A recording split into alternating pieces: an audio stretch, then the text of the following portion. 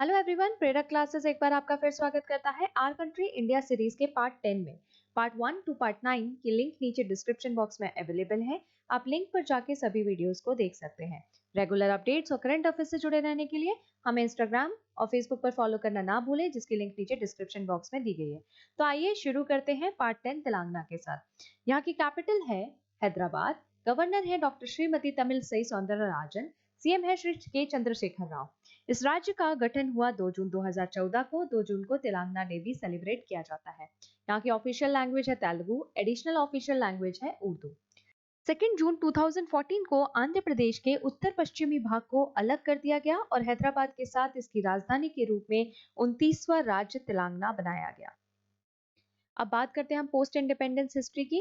तो जब 1947 में भारत आजाद हुआ, तब हैदराबाद जितने भी एक्चुअली प्रिंसली स्टेट से उन्हें ये ऑफर दिया गया कि वो चाहे तो इंडिया के साथ ज्वाइन हो जाए, या वो पाकिस्तान के साथ ज्वाइन हो जाए, या फिर वो इंडिपेंडेंट स्टेट भी रह सकते हैं।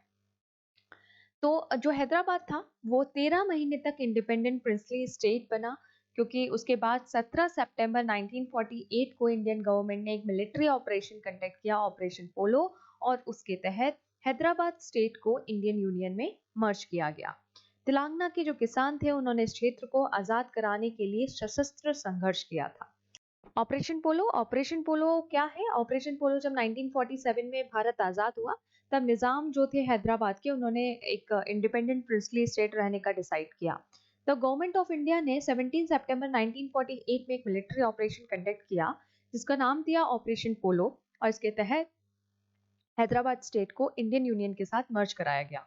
तो तेलुगु स्पीकिंग लोग पीपल थे, वो करीबन 22 डिस्ट्रिक्ट में थे, जिसमें से 9 हैदराबाद की रियासत के पूर्व निजाम के प्रभुत्व में थे और 12 मद्रास प्रेसिडेंसी में, और जो एक थे वो फ्रेंच कंट्रोल्ड यनम में।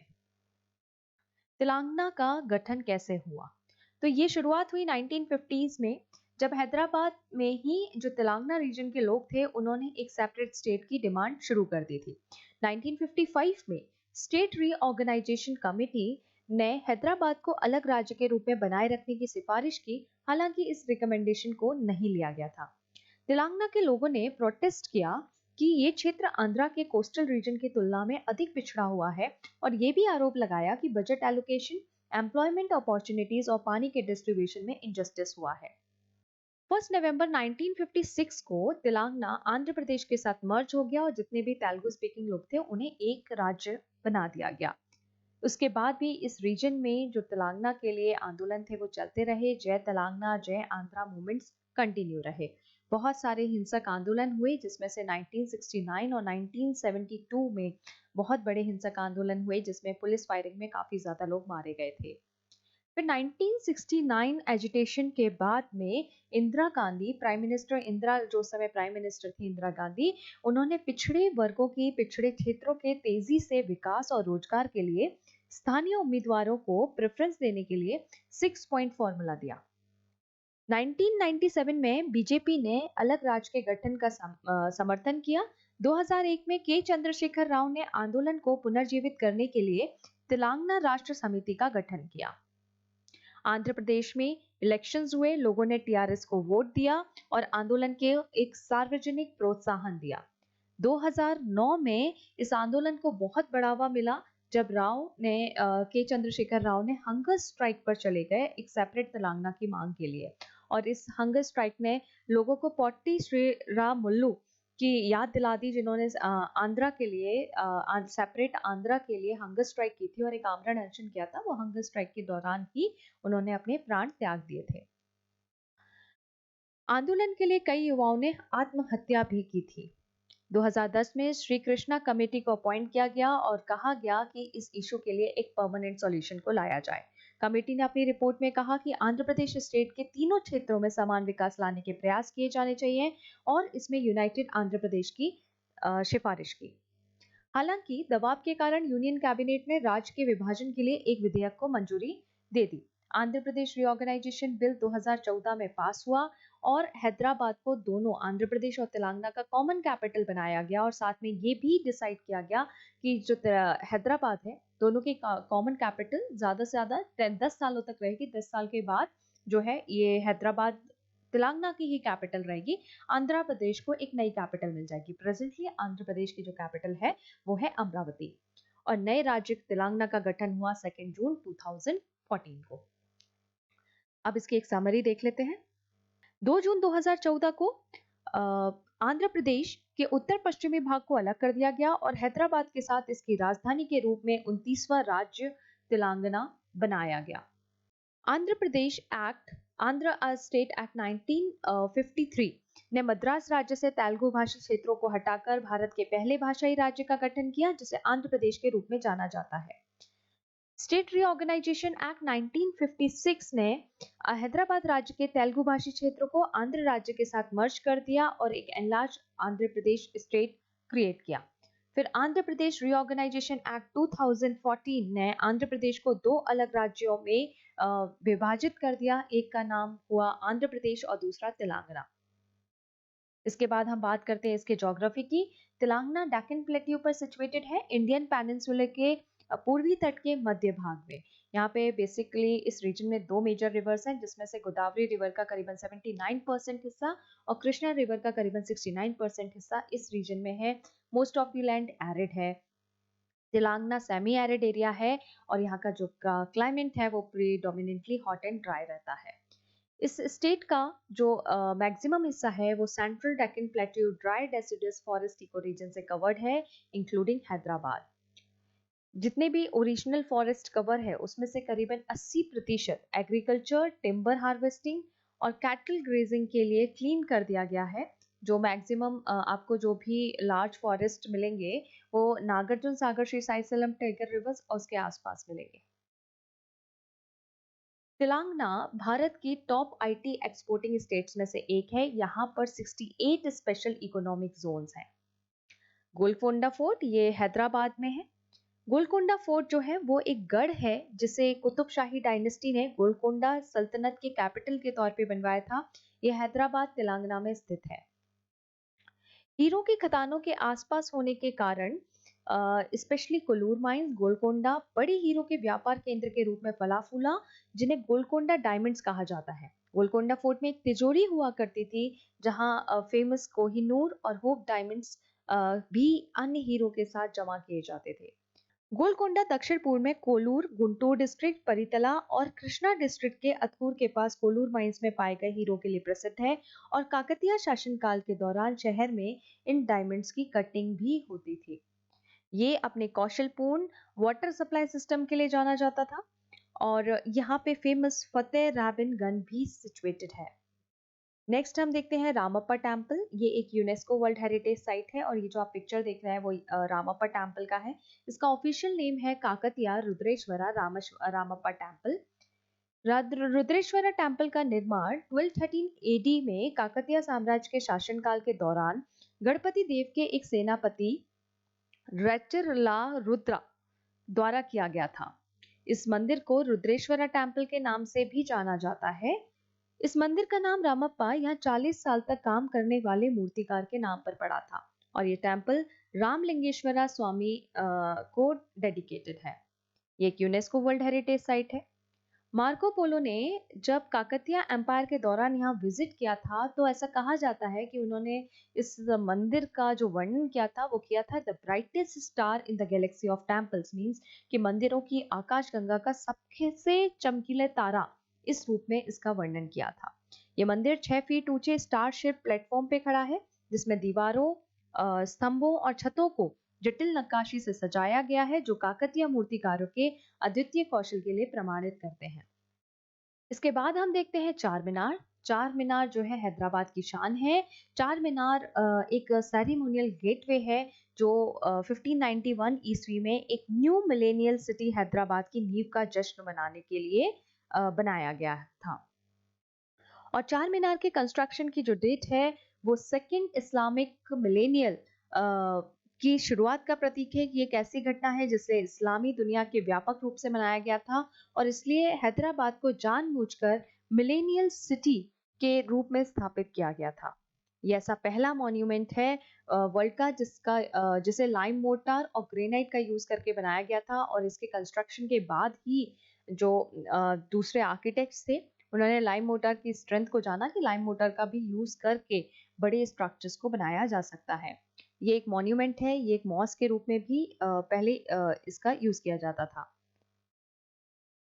यह हैदराबाद के पुराने शहर के 2 आर्टियल एक्सिस के चौराहे पे खड़ा है और शहर का प्रतीकात्मक आधार बनाता है। इसके 4 प्रवेश द्वार मुख्य दिशाओं की ओर उन्मुख हैं। चार मीनार ने प्लानिंग ग्रिड के लिए ओरिजिन पॉइंट और रेफरेंस पॉइंट प्रदान किए हैं, जिसने हैदराबाद शहर के लेआउट को निर्धारित किया है। इसे आधिकारिक तौर पर तेलंगाना स्टेट के लिए तेलंगाना के प्रतीक के रूप में शामिल किया गया है। चार मीनार मूसी रिवर के पूर्वी तट पर स्थित है। इसके बाद हम देखते हैं 1000 पिलर टेम्पल। इसे रुद्रेश्वर स्वामी टेम्पल के नाम से भी जाना जाता है। इसकी लोकेशन वारंगल में हनम कोंडा में है। ये टेम्पल शिव, विष्णु और सूर्य को डेडिकेटेड है। इसे रुद्रदेव द्वारा बनवाया गया था। मंदिर को सुशोभित करने के लिए तारे के आकार में 1000 पिलर्स जो 1000 समृद्ध नक्काशीदार पिलर्स यहाँ बनाए गए हैं और ये पिलर्स इस तरीके से कंस्ट्रक्ट किए गए हैं कि कोई भी इस मंदिर के व्यू पे बाधा ना बने। वास्तुकला की चालुक्य शैली बेहतरीन उदाहरणों को में से एक है और एक बहुत ही इम्प्रेसिव 6 फीट का नंदी का स्टैचू जो कि काले पत्थर का बना हुआ है, इस मंदिर के एंट्रेंस पे है। In terms of services Hyderabad का एक और निकनेम है जो है साइबराबाद। ये जो है यहाँ पे बहुत सारी मेजर सॉफ्टवेयर इंडस्ट्रीज हैं इस सिटी में, उसके कारण इस हैदराबाद को ये निकनेम मिला। हैदराबाद के और जो निकनेम है वो है city of pearls and city of Nizams. Next है पिल्लल मारी चिल्ड्रंस बनियान और पीरला मारी सेंस बनियान। ये जो है एक 800 ईयर ओल्ड बनियान ट्री है जो कि महबूब नगर तेलंगाना में स्थित है। ये ट्री करीबन 4 एकड़ में फैला हुआ है और एक मेजर टूरिस्ट अट्रैक्शन है। यहाँ पे 2 मुस्लिम सूफी संत की मज़ारें हैं, मकबरे हैं। एक है जमाल हुसैन, दूसरे हैं कमाल हुसैन। अब तेलंगाना के आर्ट एंड क्राफ्ट की अगर हम बात करें तो पहले है बीतरी क्राफ्ट। बीथरी क्राफ्ट या जिसे बीथरी वेयर भी बोला जाता है, ये मेटल पे उकेरी गई चांदी की एक अनूठी कला है। ये बेसिकली मेटल हैंडीक्राफ्ट से इंस्पायर्ड है और इसमें ब्लैक, गोल्ड और सिल्वर कोटिंग्स को अप्लाई किया जाता है और इसको करने के लिए, पूरा बनाने के लिए इसमें कई स्टेजेस लगती हैं जैसे कास्टिंग, एनग्रेविंग, इनलेइंग एंड ऑक्सीडाइजिंग। इसके बाद जो सेकंड यहाँ का फेमस आर्ट है वो है Banjara needle craft. Banjara needle craft जो है एक ट्रेडिशनल हैंडमेड फैब्रिक पे किया जाता है। इसे जो करते हैं वो बंजाराज होते हैं जो बेसिकली ट्राइबल जिप्सीज हैं तेलंगाना में, उनके द्वारा किया जाता है। इसमें उस फैब्रिक पे निडल क्राफ्ट के थ्रू एम्ब्रॉयडरी और मिरर वर्क किया जाता है। तो ये जो आपको दूसरा पिक्चर दिख रहा है, this is the Banjara needle craft का ही एक काम है। नेक्स्ट है निर्मल आर्ट्स। ये प्रसिद्ध निर्मल आर्ट पेंटिंग्स जो है उसमें रामायण और महाभारत जैसे महाकाव्यों के विषयों को चित्रित करने के लिए नेचुरल डाई का उपयोग किया जाता था। वुड पेंटिंग्स और दूसरे वुडन आर्टिकल्स भी इसके महान सौंदर्य अभिव्यक्ति हैं और निर्मल आर्ट की उत्पत्ति काकतीय इरा में हुई थी। इसमें जो मोटिव्स और इसमें जो रूपांकन किया जाता है वो फ्लोरल डिजाइन्स का किया जाता है। इसमें फ्रेस्कोस भी बनाए जाते हैं अजंता, एलोरा और मुगल मिनिएचर से। फ्रेस्कोस जो होते हैं वो क्या होता है कि गीले प्लास्टर के ऊपर दीवार और छत पे जो चित्रकारी की जाती है उसको फ्रेस्कोस किया जाता है। तेलंगाना के ब्रॉन्ज कास्टिंग्स की अगर बात करें तो तेलंगाना अपने ब्रॉन्ज कास्टिंग्स के लिए पूरे वर्ल्ड वाइड फेमस है। इसमें आइकॉन्स की ठोस कास्टिंग का उपयोग करते समय तैयार मोम का जो मॉडल होता है उस पर विभिन्न मिट्टी के कई कोटिंग्स का उपयोग करके मोल्ड बनाया जाता है और इस प्रोसेस के थ्रू इस पे फाइन कर्व इमेज दी जाती है। हैदराबाद तेलंगाना की बात करें और रामोजी फिल्म सिटी की बात ना की जाए ऐसा नहीं हो सकता। तो रामोजी फिल्म सिटी जो है वो एक इंटीग्रेटेड फिल्म स्टूडियो कॉम्प्लेक्स है जो कि हैदराबाद में है। ये करीबन 1666 एकड़ में फैला हुआ है। ये वर्ल्ड की लार्जेस्ट इंटीग्रेटेड फिल्म सिटी है। इसे गिनीज वर्ल्ड रिकॉर्ड ने भी सर्टिफाई किया है वर्ल्ड की लार्जेस्ट स्टूडियो कॉम्प्लेक्स के लिए। इसको तेलुगु फिल्म प्रोड्यूसर रामोजी राव ने 1996 में बनवाया था और अभिभावक इसे सिटी विद इन सिटी के रूप में वर्णन करते हैं, मतलब एक सिटी के अंदर दूसरी सिटी। तो ये जो पहला पिक्चर आप लोग देख रहे हैं वो है रामोजी राव का और ये है रामोजी फिल्म सिटी। नेक्स्ट है मक्का मस्जिद हैदराबाद। मक्का मस्जिद जो है एक सामूहिक मस्जिद है जो कि हैदराबाद में है और ये इंडिया की लार्जेस्ट मस्जिदों में, लार्जेस्ट मॉस्क में से एक है। इसकी कैपेसिटी है 10,000 पीपल। इस मस्जिद का निर्माण 17वीं सेंचुरी के दौरान किया गया था और ये एक राज्य सांस्कृतिक स्मारक है। ये हैदराबाद के पुराने शहर के लिए प्राथमिक मस्जिद के रूप में भी कार्य करता है और इसका जो लोकेशन है वो हिस्टोरिक लैंडमार्क चार मीनार, चौमल्ला पैलेस और लाड बाजार से काफी ज्यादा पास में है। मोहम्मद कुतुब शाही जो सिक्स रूरल थे कुतुब शाही डायनेस्टी के, वो मक्का जो कि एक इस्लाम की होलीस्ट साइट है, वहां से मिट्टी लाकर और उससे जो ईंट बनी उससे इसका निर्माण कराया गया था। जो सेंट्रल आर्क है मॉस्क का वो उसका इसी मिट्टी से बनी हुई ईंट से किया गया, इसलिए इसका नाम पड़ा मक्का मस्जिद। इसके बाद हम देखते हैं चौमल्ला पैलेस। चौमल्ला पैलेस जो है काफ़ी खूबसूरत पैलेस है और काफ़ी ज़्यादा फेमस है। तो ये जो चौमल्ला पैलेस है वो जो निज़ाम हुआ करते थे हैदराबाद स्टेट के, ये उनका महल है जो कि हैदराबाद में है। और ये आसफ शाही जाही राजवंश की सीट थी और हैदराबाद के निज़ामों का आधिकारिक निवास था जब उन्होंने अपने राज्य पर शासन किया था। इस पैलेस का जो निर्माण है वो निज़ाम सलाबत जंग के द्वारा किया था और तब से ये निज़ाम की ही प्रॉपर्टी है। यहाँ पे कई जो हैदराबादी निज़ाम फैमिली के कुछ मेंबर्स हैं उनकी यहाँ पर शादी भी हुई है। इसमें चौमल्ला पैलेस में जो चौ है या चौ या चहर बोल दो, इसका मतलब होता है चार, और जो महल है तो इसका मतलब होता है महल उर्दू हिंदी पर्सियन में।